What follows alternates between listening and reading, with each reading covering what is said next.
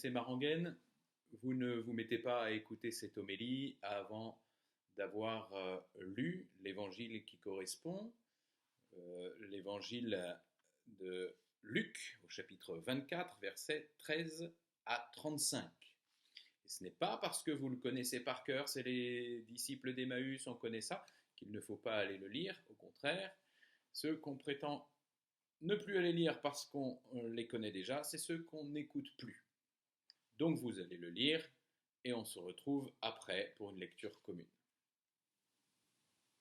Évangile de Jésus-Christ selon saint Luc. Le même jour, c'est-à-dire le premier jour de la semaine, 2 disciples faisaient route vers un village appelé Emmaüs, à 2 heures de marche de Jérusalem. Et ils parlaient entre eux de tout ce qui s'était passé. Or, tandis qu'ils s'entretenaient et s'interrogeaient, Jésus lui-même s'approcha, et il marchait avec eux. Mais leurs yeux étaient empêchés de le reconnaître. Jésus leur dit : « De quoi discutez-vous en marchant ? » Alors ils s'arrêtèrent tout tristes. L'un des deux, nommé Cléophas, lui répondit : « Tu es bien le seul étranger résidant à Jérusalem qui ignore les événements de ces jours-ci. » Il leur dit : « Quels événements ? » Ils lui répondirent : « Ce qui est arrivé à Jésus de Nazareth, cet homme qui était un prophète puissant par ses actes et ses paroles devant Dieu et devant tout le peuple. Comment les grands prêtres et nos chefs l'ont livré, ils l'ont fait condamner à mort et ils l'ont crucifié. Nous espérions que c'était lui qui allait délivrer Israël. Mais avec tout cela, voici déjà le 3e jour qui passe depuis que c'est arrivé. À vrai dire, des femmes de notre groupe nous ont remplis de stupeur, quand dès l'aurore elles sont allées au tombeau, elles n'ont pas trouvé son corps. Elles sont venues nous dire qu'elles avaient même eu une vision, des anges qui disaient qu'il est vivant. Quelques-uns de nos compagnons sont allés au tombeau, et ils ont trouvé les choses comme les femmes l'avaient dit, mais lui, ils ne l'ont pas vu.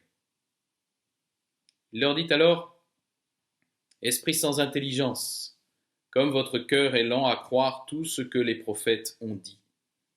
Ne fallait-il pas que le Christ souffrit cela pour entrer dans sa gloire ? Et partant de Moïse et de tous les prophètes, il leur interpréta dans toute l'Écriture ce qui le concernait. Quand ils approchèrent du village où ils se rendaient, Jésus fit semblant d'aller plus loin, mais il s'efforçait de le retenir. « Reste avec nous, car le soir approche et déjà le jour baisse. » Il entra donc pour rester avec eux.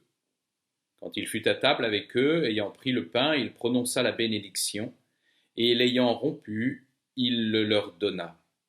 Alors leurs yeux s'ouvrirent, et ils le reconnurent. Mais il disparut à leurs regards. Ils se dirent l'un à l'autre : « Notre cœur n'était-il pas brûlant en nous, tandis qu'il nous parlait sur la route et nous ouvrait les Écritures ? » À l'instant même, ils se levèrent et retournèrent à Jérusalem. Ils y trouvèrent réunis les 11 apôtres et leurs compagnons, qui leur dirent : « Le Seigneur est réellement ressuscité, il est apparu à Simon-Pierre. » À leur tour, ils racontaient ce qui s'était passé sur la route et comment le Seigneur s'était fait reconnaître par eux à la fraction du pain. Et après, donc, qu'est-ce que ça change ? Oui, il a dit de belles paroles, le prédicateur ambulant.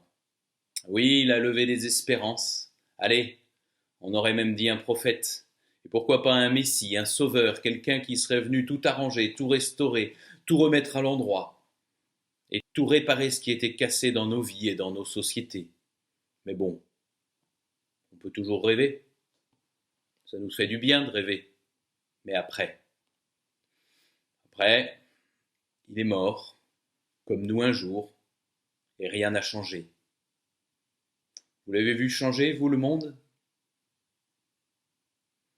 En fait, nombre de nos contemporains sont comme les disciples d'Emmaüs au début de ce passage de l'Évangile, un peu désabusés. Ce serait beau votre truc si c'était vrai, parce que Vous célébrez la victoire sur le mal et la mort, rien que ça, d'un Christ il y a 2000 ans, c'est bien joli. Mais vous la voyez où, la victoire? Vous avez vraiment l'impression qu'il y a une victoire du bien, là? Vous ne voyez pas dans quelle panade on se trouve?